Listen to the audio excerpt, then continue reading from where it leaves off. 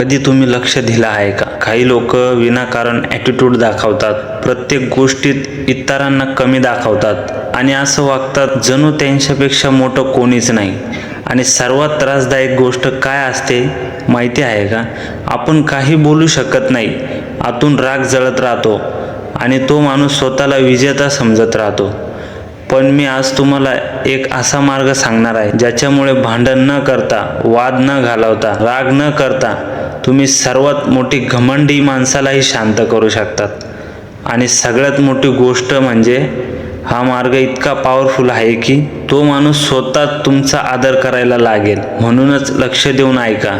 हे फक्त नॉलेज नाही, ही एक मेंटल पॉवर आहे. पहिली गोष्ट, घमेंडीची खरी सत्यता. सर्वात आधी एक गोष्ट समजून घ्या, घमेंड ताकद नसते, ती कमजोरीची मुखवटा असते. जे लोक आतून सुरक्षित असतात, ज्यांना स्वतःवर विश्वास असतो, तेच जास्त ॲटिट्यूड दाखवतात. का? कारण त्यांना वाटतं लोकांनी त्यांना पॉवरफुल, इम्पॉर्टंट, स्पेशल समजावं. पण सत्य काय आहे?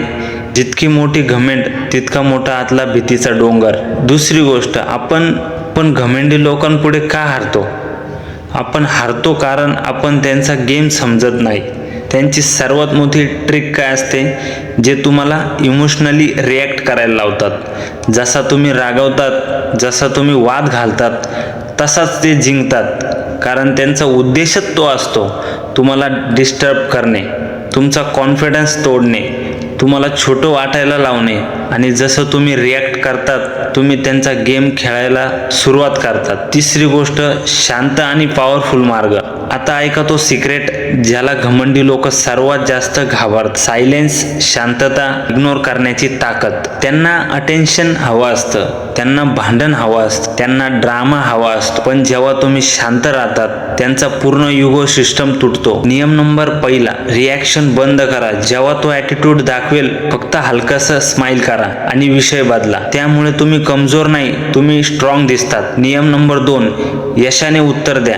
सगळ्यात मोठा बदला कोणता? तुमचं यश. जेव्हा तुम्ही प्रगती करतात, जेव्हा तुम्ही कॉन्फिडन्स बनवतात, घमंडी लोक स्वतः अवस्थ होतात. का?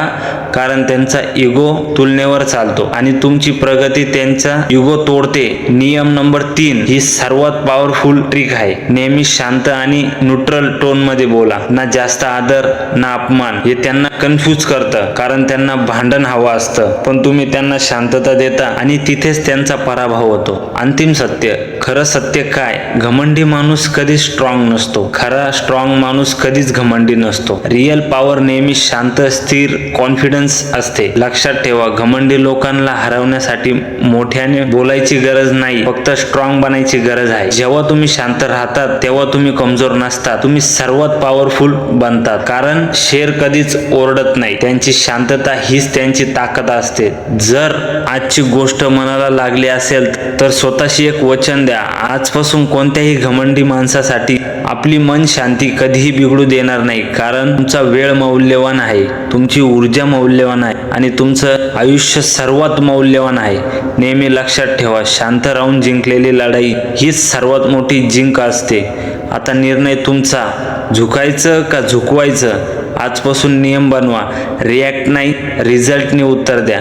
शांत माणूस कमजोर नसतो, तो फक्त योग्य वेळ येईपर्यंत जिंकत असतो.